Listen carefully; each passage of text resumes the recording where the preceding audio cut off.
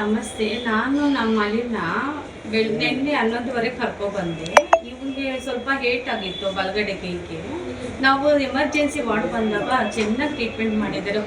Gururaj doctor ತುಂಬ ಚೆನ್ನಾಗಿ treatment ಮಾಡಿದ್ದಾರೆ. ಅವರು ಸರ್ಜರಿ ಮಾಡಬೇಕು, ಹಿಂಗೆ ಇದೆ ಅವ್ನ ಸಿಚುವೇಶನ್, ಅವ್ನ ಕಂಡೀಷನ್ ಎಲ್ಲ ನೋಡಿ ಈ ಥರ ಮಾಡಬೇಕು ಅಂತ ಚೆನ್ನಾಗಿ ಎಕ್ಸ್ಪ್ಲೇನ್ ಮಾಡಿದ್ದಾರೆ. ನಮಗೂ ಚೆನ್ನಾಗಿ ಅವರು ಹೆಲ್ಪ್ ಮಾಡಿ ಚೆನ್ನಾಗಿ ನೋಡ್ಕೊಂಡಿದ್ದಾರೆ. ನಾನು ನಿಜವಾಗ್ಲೂ ನಿಮ್ಮ ಹಾಸ್ಪಿಟ್ಲ್ಗೆ ತುಂಬ ಥ್ಯಾಂಕ್ಸ್ ಹೇಳ್ತೀನಿ.